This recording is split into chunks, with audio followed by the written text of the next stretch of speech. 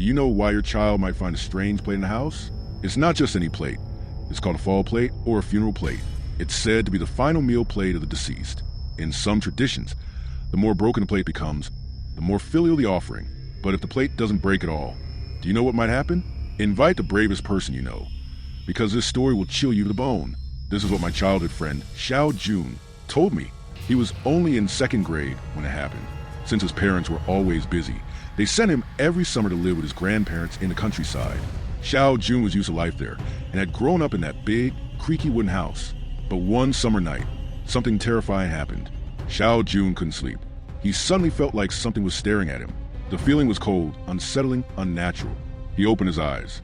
Everything was pitch black, but the eerie feeling didn't go away. In fact, it got stronger. He had to find out where it was coming from. So he quietly got out of bed and tiptoed through the house. That's when he saw something black in the shadows. At first, he thought it was just an old piece of furniture, but as his eyes adjusted, he realized something was wrong. It wasn't furniture at all. It was a head without a body. Its face slowly came into focus. Sunken eyes, no eyeballs, and a mouth stretched so wide it looked inhuman. Xiaojun was horrified.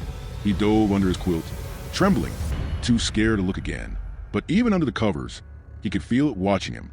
He told his grandma everything. She looked worried and called for his grandpa. Together, they opened an old cabinet and took out a bundle wrapped in newspaper. Inside was a black, dusty plate tied with a rope. His grandpa loved collecting old antiques. He would bring home ancient coins, toys, and strange bowls, but most were worthless. When he unwrapped this plate, Xiaojun felt an intense fear. Something was wrong with it. Without a word, his grandpa wrapped it back up and put it away. Xiaojun thought the nightmare was over, but it was just beginning. It was late. Xiaojun got up to use the bathroom, but something strange caught his eye. The door to the basement was open, and a faint green light was glowing inside. He stepped closer. When he opened the door to look, the light vanished instantly. Everything was silent. Still, something about the room felt heavy. He shook his head and thought maybe he imagined it. He turned off the light to leave, and that's when he saw it. A head, floating in the dark, staring directly at him. Panicked, Xiaojun turned the light back on. Nothing. The room was empty. He turned it off again. The head appeared once more. He was drenched in sweat. The fear was overwhelming. He reached for the switch again, but this time, before he could even flip it, a pale, ghostly face rushed at him from the darkness. His mind snapped. With a scream, Xiaojun fainted on the spot. Hearing his scream, his grandparents rushed in. His grandpa picked him up, shouting his name.